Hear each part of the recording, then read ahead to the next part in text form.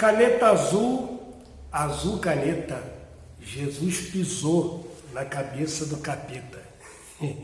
Graça e paz, gente, eu sou o pastor Jailton Félix e eu vim aqui compartilhar com vocês algo que Deus colocou no meu coração e baseado nessa música, que por sinal horrível, viralizou em todo o Brasil, Deus me deu uma palavra que eu compartilhei dias atrás na nossa igreja, e eu gostaria de fazer com que essa palavra chegasse também a você.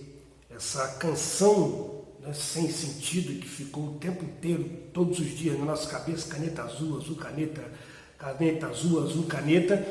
Um dia eu estava ouvindo a canção em um vídeo que me mandaram, e aquilo me veio na mente como uma palavra, algo que deveria ser falado e que eu compartilhei com os nossos irmãos e agora compartilho com você. O fato é que Jesus usava coisas desse mundo, coisas seculares, coisas normais, para transmitir uma palavra de Deus. Jesus não usava artigos religiosos, ele não usava um ambiente religioso para trazer uma mensagem. Ele encontrava o homem do campo e dizia: o reino de Deus é semelhante ao homem que plantou uma semente. Ele encontrava um pescador e dizia: vem que eu vou fazer de você um pescador de homens. Ele não diz: eu vou te fazer um preconizador dos oráculos divinos. Ele diz: você entende de pescaria? Então você vai ser um pescador de gente. Ele dizia: o reino de Deus é igual a um homem que fez uma festa de casamento para o seu filho. Então Jesus usava coisas desse mundo, coisas naturais, para que facilitasse a palavra de Deus de alcançar o coração do homem. E o Paulo seguiu o mesmo caminho. Quando Paulo está ali no Areópago, né, e ele vê um altar ao Deus desconhecido, ele diz: queridos irmãos, esse Deus desconhecido é o Deus que apareceu a Abraão, blá, blá. E ele vai trazendo a história, usando um altar, um Deus desconhecido, para falar do Deus dele. Então, hoje eu quero falar com vocês de caneta azul. E eu quero provar a você na Bíblia que Deus lhe deu uma caneta. Isso mesmo, Deus lhe deu uma caneta. E que caneta é essa? É azul? Não sei se é azul, mas ele te deu uma caneta. Onde é que está escrito que Deus me deu uma caneta? Lá em Deuteronômio, capítulo 30, versículo 19, Deus disse ao seu povo: o céu e a terra hoje eu ponho testemunho contra vós, ou contra ti, de que pus diante de ti a vida e a morte, a bênção e a maldição. Escolhe, pois, a vida, para que vivas tu e a tua descendência. Que caneta é essa que Deus me deu para escrever o meu futuro?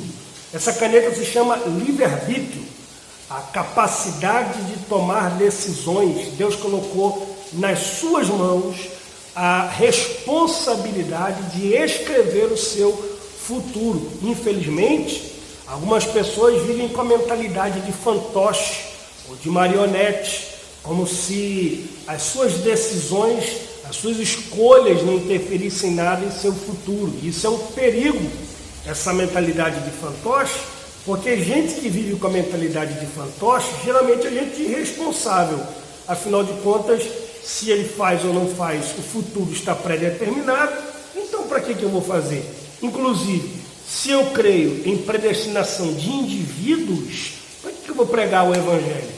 A predestinação que a Bíblia fala é a predestinação da igreja, do corpo, da igreja espiritual espalhada por todo o mundo.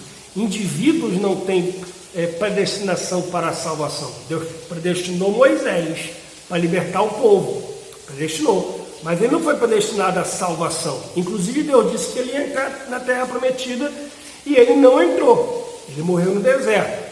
Deus predestina pessoas, às vezes, para um propósito, ok? E a igreja está predestinada. Agora, indivíduo, você, eu, não estamos predestinados. Nós temos a caneta na mão.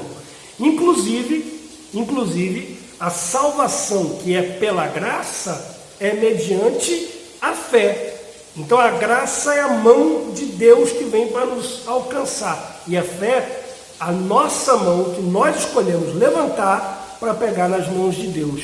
Então até a salvação que custou o Filho de Deus na cruz, depende da sua decisão para você alcançar. Só que existem outras decisões que a Bíblia diz que nós temos que tomar, ou canetas que dizem que nós temos nas mãos.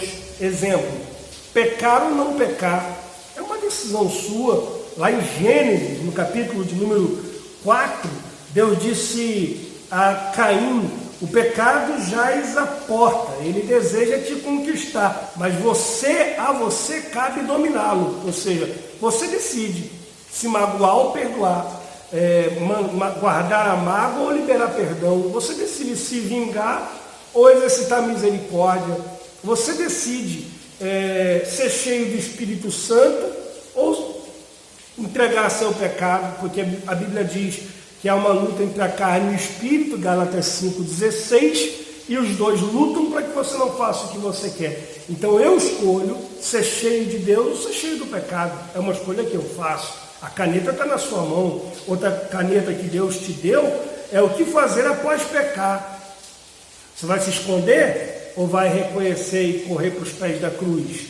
Outra caneta que Deus te deu é com as pessoas que eu escolho andar. E essa caneta é muito importante, porque as pessoas com que você escolhe andar determina a pessoa que você vai ser. A Bíblia diz que as más companhias corrompem os bons costumes. Há um provérbio que diz: aquele que anda com tolo será destruído, aquele que anda com sábio, sábio se tornará. Você escolhe com quem anda.